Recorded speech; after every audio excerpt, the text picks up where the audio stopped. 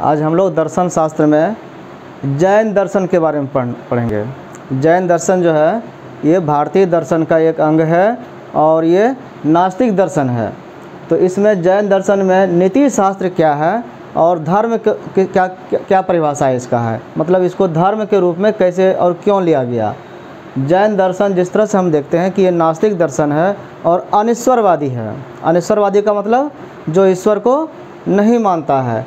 तो फिर जब ईश्वर को मानता ही नहीं है तो ये धर्म किस तरह से हुआ। तो ये हम लोग आज चर्चा करेंगे कि इसका नीति शास्त्र क्या है, क्या कोई नीतिगत बात करता है, कोई सिद्धांत या नियम मानता है क्या, और ये धर्म किस तरह से है, इसका एथिकल वैल्यू क्या है और ये रिलीजियन कैसे है।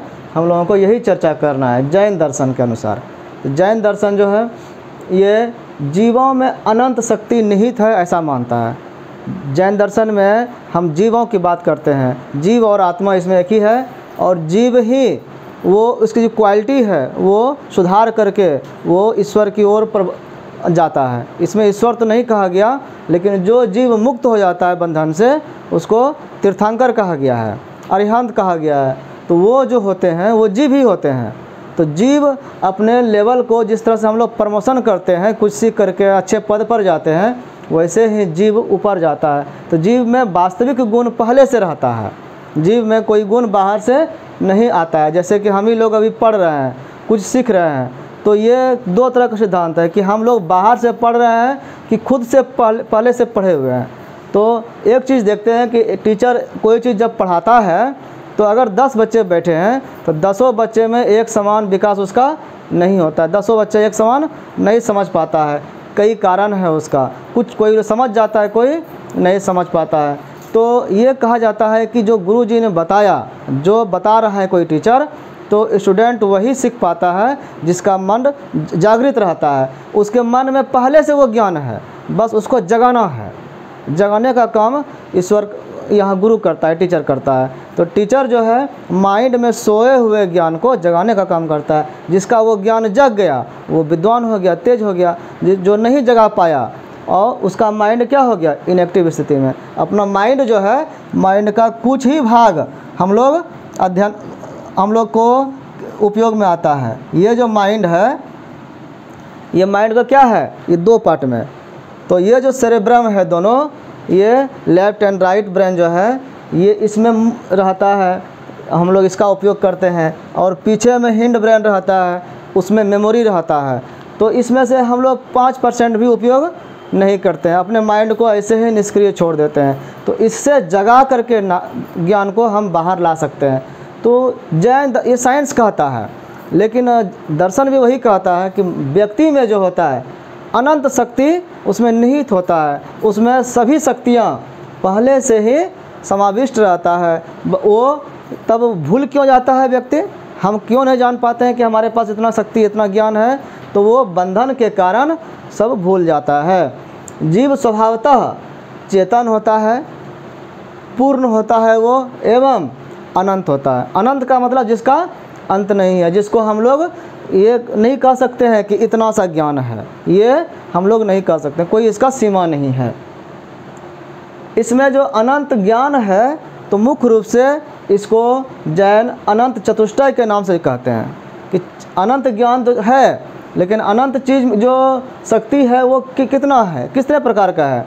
तो 4 प्रकार के मुख्य रूप से माने।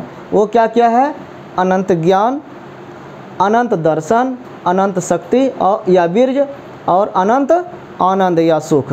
ये जो 4 है इसी को अनंत चतुष्टय कहते हैं। चतुष्टय का मतलब 4 प्रकार का ये शक्ति।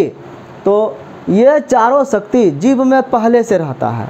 जिस समय ये चारों शक्ति एक्टिव रहता है तो वो जीव वो अरिहंत होता है, वो तीर्थंकर होते हैं।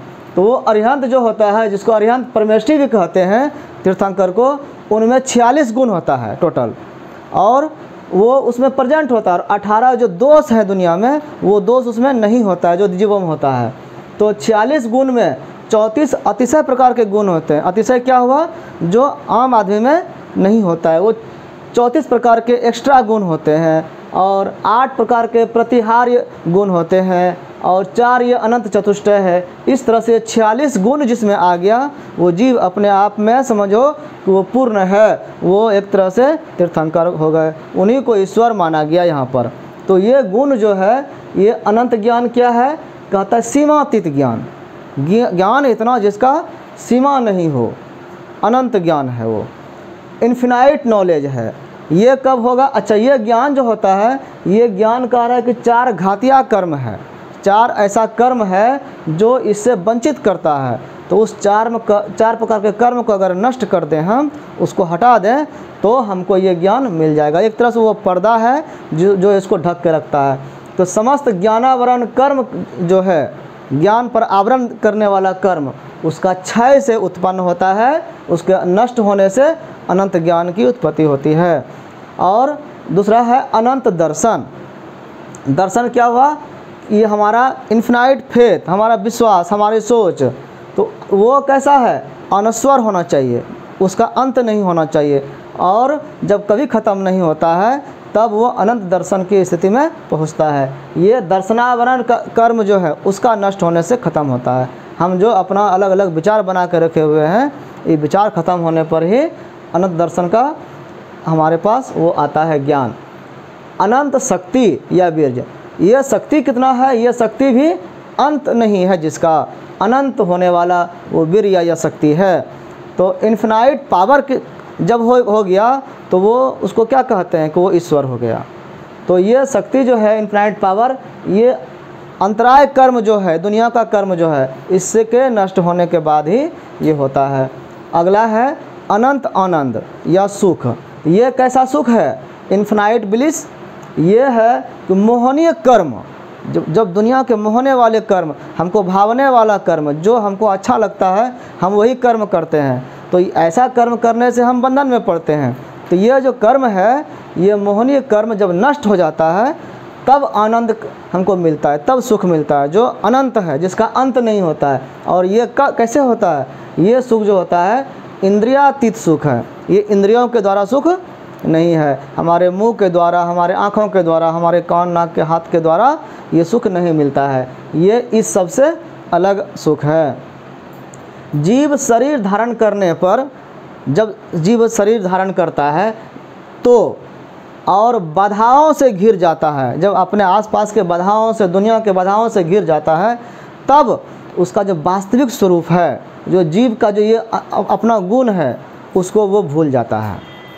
कहा जाता है ना कि जब बच्चे जब दुनिया में जैसे आते हैं तो कहाँ करते, कहाँ आ गए। मतलब क्या है कि दुनिया में आने के बाद वो माया के चक्कर में पड़ जाते हैं और अपना जो रियलिटी है वो भूल जाता है कि हम क्या हैं।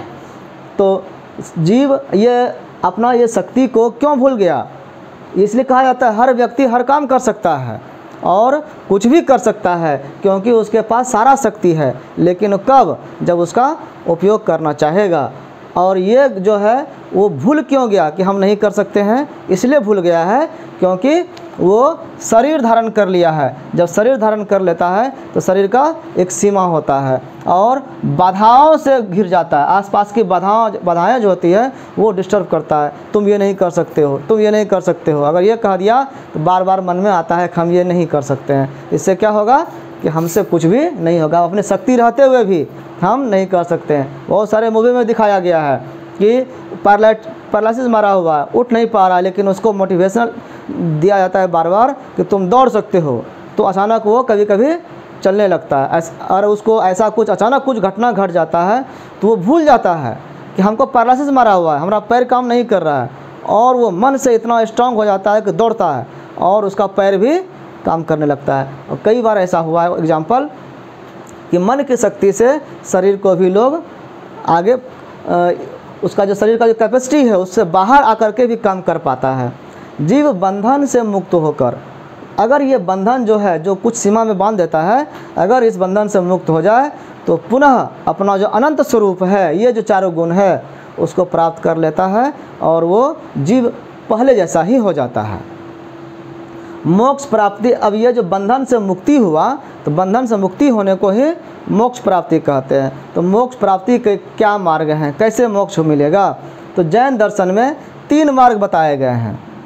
3 मार्ग को कहते हैं यहाँ पर त्रिरत्न, रत्न कितना महंगा होता है, कीमती होता है। रत्न मतलब जो आसानी से नहीं मिलने वाला हो, त्रिरत्न माना गया है, जिसको थ्री ज्वेल्स कहते हैं। जैन दर्शन में त्रिरत्न क्या क्या है? एक है सम्यक दर्शन, और दूसरा है सम्यक ज्ञान, और तीसरा है सम्यक चरित्र।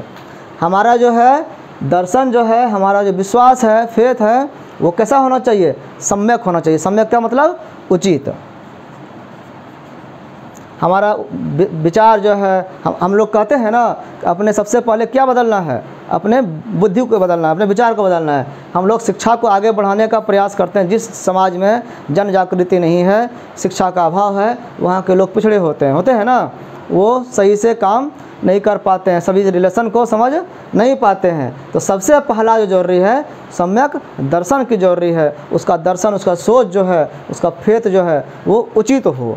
जब उचित ये होगा तो उसके बाद दूसरा आता है त्रिरत्न में सम्यक ज्ञान, तब उसको ज्ञान मिलेगा। पहले अपना विचार जब सही होगा कि हम जैसे बर्तन में खाना बनाते हैं, सबसे पहले बर्तन साफ़ करते हैं, साफ़ सुथरा अगर रहेगा तब उसमें अच्छा चीज़ आएगा, तब उसमें सम्यक ज्ञान उसको मिलेगा। राइट नॉलेज जो है, राइट फेथ पर ही राइट नॉलेज टिका हुआ है। राइट नॉलेज जब आएगा तो फिर सम्यक चरित्र हो जाएगा, तब वो उसका उचित चरित्र दिखने लगेगा, उसका राइट कंडक्ट होने लगेगा, उसका बिहेवियर बदल जाएगा।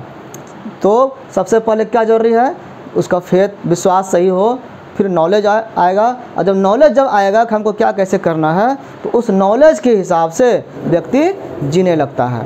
तब किसी व्यक्ति को देख करके हम समझ जाते हैं कि ये व्यक्ति साधु है, ये व्यक्ति चोर लग रहा है, ये व्यक्ति ईमानदार लग रहा है, ये व्यक्ति भले मानस लग रहा है। ऐसा बोलते हैं ना किसी को देख करके, उसका चेहरा से, उसके हाव भाव से, उसके आकार प्रकार से, उसके रंग रूप को देख करके नहीं, उसके व्यवहार का जो चेहरा का जो बनावट है, चेहरा का जो उसका एक्सप्रेशन है, उसके हिसाब से हम लोग समझ लेते हैं, उसके व्यवहार से समझ लेते हैं। कुछ बोल रहा है तो कैसा बोल रहा है, किसी के बोली से हम लोग समझ जाते हैं कि वो व्यक्ति का विचार कैसा है। अब विचार कैसा है तो उसका ज्ञान कैसा है। ये तीनों चीज़ जो है हम लोग उचित प्रकार से दर्शन, ज्ञान और चरित्र के माध्यम से ये करते हैं। इसी को जैन दर्शन में त्रिरत्न कहा गया है। आगे देखते हैं कि त्रिरत्न को कैसे पाया जाएगा। इसके लिए व्रत किया जाता है। हम लोग फास्टिंग करते हैं, पूजा पाठ करते हैं, और व्रत जो करते हैं, तो व्रत, इसमें भी व्रत बताया गया है, लेकिन कौन सा व्रत? पंच महाव्रत।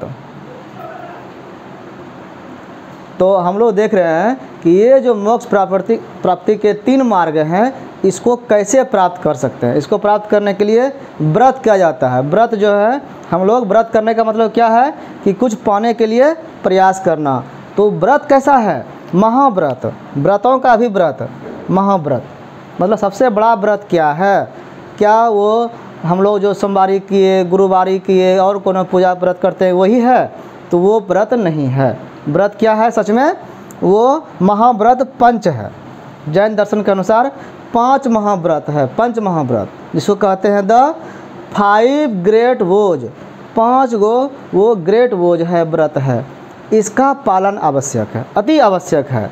जब तक इसका पालन नहीं करेंगे तो त्रिरत्न की प्राप्ति नहीं होगी। जिस तरह कहते हैं ना कि मेहनत का फल मीठा होता है, मेहनत करेंगे तभी न फल मिलेगा, मीठा फल। तो उसी तरह से है, त्रिरत्न जो फल है हमारा, वो कैसे मिलेगा? उसके लिए मेहनत करना पड़ेगा, व्रत करना पड़ेगा। और वो 5 व्रत है यहाँ, जिससे बंधन से मुक्ति के लिए आवश्यक है। वो व्रत है पहला अहिंसा।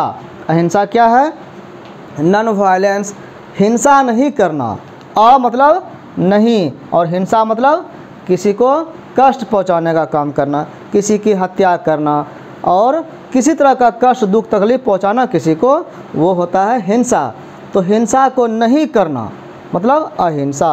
अहिंसा का पालन करना पहला व्रत है। दूसरा है सत्य, हमेशा सत्य ही बोलना है। सत्य बोलने का जो काम है, ये जैन के आधार पर दूसरा वो व्रत है कि सत्य का एक व्रत होता है। सत्य व्रत का पालन कर लिए मतलब क्या है कि अब हम कभी झूठ नहीं बोलेंगे, ये कसम खाए, और सत्य ही बोलेंगे चाहे हमारे जान चली जाए। ऐसे व्रत को जो चलते हैं वही त्रिरत्न को पा सकते हैं। तीसरा है अस्तेय। अस्तेय क्या है? स्तेय हो गया चोरी, और अस्तेय मतलब हो गया चोरी नहीं करना, नॉन स्टीलिंग। किसी भी चीज़ का दूसरे का चीज़ अपना बनाने का प्रयास ही चोरी करना कहलाता है। चोरी क्या कहते हैं? जिस पर हमारा अधिकार नहीं है और उसको हम अपना समझ करके प्रयोग कर लिए, तो ये क्या हो गया? चोरी। तो दुनिया में कोई भी चीज़ है हमारा नहीं है, तो चोरी का काम नहीं करना वो अस्तेय कहलाता है। चौथा है अपरिग्रह। क्या है ये? परिग्रह है अटैचमेंट, किसी वस्तु से अटैचमेंट होना, जुड़ जाना कि ये हमारा है। जैसे कलम है, ये मेरा है, मेरा है। बचपन में होता है ना बच्चे को कि उसको कुछ मिलता है खिलौना, तो ये मेरा है, तो उसी के साथ अटैच हो जाता है पूरी तरह से और कहता है कि ये मेरा है, किसी को नहीं देंगे। कोई छीन लिया तो रोना शुरू, पूरा सर पटकना शुरू। तो ये जो अटैचमेंट है ये नहीं होना चाहिए, परिग्रह नहीं होना चाहिए। कैसा होना चाहिए? अपरिग्रह। हमारा कोई चीज़ नहीं हमारे पास रहना चाहिए, मतलब कल क्या खाएंगे इसके लिए भी चिंता करने की ज़रूरत नहीं है। किसी तरह का संग्रह नहीं करना है। असंग्रह, रिनोन्सिएशन कहते हैं इसको, मतलब पैसे को रखना, बैंक में रखना, धन घर में रखना और कुछ भी तरह का धन दौलत को कमा करके बचाना नहीं करना है। प्रयोग जो करना है प्रयोग कर लिए, ख़त्म कर दीजिए। अगले समय के लिए फिर सोचा जाएगा, फिर व्यवस्था किसी न किसी तरह से हो ही जाएगी। तो ये ऐसा विचार करना, इस तरह का व्यवहार में जीना, ये अपरिग्रह कहलाता है। चौथा ये व्रत है। और पाँचवा है ब्रह्मचर्य का व्रत। ब्रह्मचर्य का व्रत जो है ये मैथुन संबंध से अलग रहता है। जैन में इसको विशेष रूप से ध्यान दिया गया है और विजातीय स्पर्श को भी निषिद्ध कर दिया है। मतलब एक स्त्री जैन में जो है वो जैन के भी पुरुष से नहीं टच भी नहीं करेगा, वो एक दूसरे के शरीर से भी संपर्क नहीं होगा। स्त्री पुरुष से और पुरुष स्त्री से संपर्क नहीं करेगा। विजातीय स्पर्श जो है वहाँ निषिद्ध है। ये पंच जो महाव्रत है इसका जैन में बहुत कड़ाई से पालन होता है। अहिंसा में हम लोग देखते हैं कि बहुत जैनी को देखे हैं कि जब रोड पे चलते हैं तो झाड़ू लेके चलते हैं, झाड़ू मारते हुए चलते हैं। क्यों? क्योंकि रोड पर जो कीड़े मकोड़े चींटी वगैरह हैं वो उसमें हमारे पैर से दब करके मर नहीं जाए, क्योंकि फिर हिंसा हो जाएगी। हम तो अहिंसा का पालन कर रहे हैं। पानी भी पीते हैं तो पानी छान करके पिया जाता है और रात में लाइट तक नहीं जलाते हैं, शाम को ही खाना खा लिए सूर्यास्त के पहले ही, क्योंकि लाइट जलाएंगे तो फिर कीड़े मकोड़े आएंगे, उसमें मौत होने का चांस रहता है। तो हिंसा का पूरी तरह से त्याग करने का काम किया था। पंच महाव्रत जब पालन करता है तभी वो त्रिरत्न की प्राप्ति के लिए हकदार होता है। जब ये त्रिरत्न पा लिया तब जो है वो तीर्थंकर बन जाते हैं। तीर्थंकर क्या है? वो मुक्त जीव ही है, लेकिन जो मुक्त हो जाता है इस मार्ग के द्वारा बंधन से, तब वो तीर्थंकर कहलाते हैं। लिबरेटेड साउल्स हैं, वो लिबरल हो गए। ऐसे साउल है, ऐसा आत्मा है जो मुक्त हो गए। उसी को जैन दर्शन में ईश्वर का स्थान प्राप्त है। जो मुक्त हो गए जैनी उसी को ईश्वर मानते हैं और उसी को आराधना का विषय मानते हैं कि यही पूज्य है, इन्हीं की आराधना करनी चाहिए, इनकी ही पूजा करनी चाहिए। ईश्वर यहाँ कोई है नहीं, ईश्वर के रूप में किसकी पूजा करेंगे? तो जो तीर्थंकर हैं उनकी पूजा करेंगे, उनकी उपासना करेंगे। तो अब देखते हैं कि ये नीति शास्त्र में कितना ये नियम का बात कर रहा है। तो इस नीति शास्त्र को मानने के कारण ये धर्म कहलाता है। अनिश्वरवादी है, ये ईश्वर को नहीं मानते, एथिस्ट होने के कारण भी फिर भी ये जैन मत को धर्म माना जाता है। क्यों माना जाता है? क्योंकि जीव यहाँ जो नॉर्मल जीव है, जो बंधन में है, वो उपासक बन जाते हैं और जो तीर्थंकर हैं, जो मुक्त हो गए, वो उपास्य बन जाते हैं। तो उपास्य और उपासक के बीच में जो संबंध है इसी को धर्म कहते हैं। धर्म में एक ईश्वर होता है जिनकी पूजा की जाती है, जो उपास्य हैं, और जो उनको पूजा करता है वो उपासक कहलाते हैं। तो यहाँ पर भी उपास्य और उपासक का एक संबंध है। इस संबंध के कारण ही इसको धर्म कहा जाता है। और धर्म का एक और कारण है कि उच्च कोटि की इसमें नैतिकता है। ये नैतिकता है, नैतिकता की बात की हिंसा नहीं करना चाहिए, किसी को दुख नहीं देना चाहिए, सही बोलना चाहिए, तो नैतिकत बात न है। तो ये हाई क्वालिटी का जो नैतिक मूल्य है, मोरल वैल्यूज है, इसमें इसका विश्वास होने के कारण इसको धर्म कहा गया है। ये पंच महाव्रत आसान नहीं है इसका पालन करना, लेकिन इसको ये मान करके इस पर चलने का काम करते हैं। तो इस तरह से ये नीतिगत धर्म का रूप बन जाता है।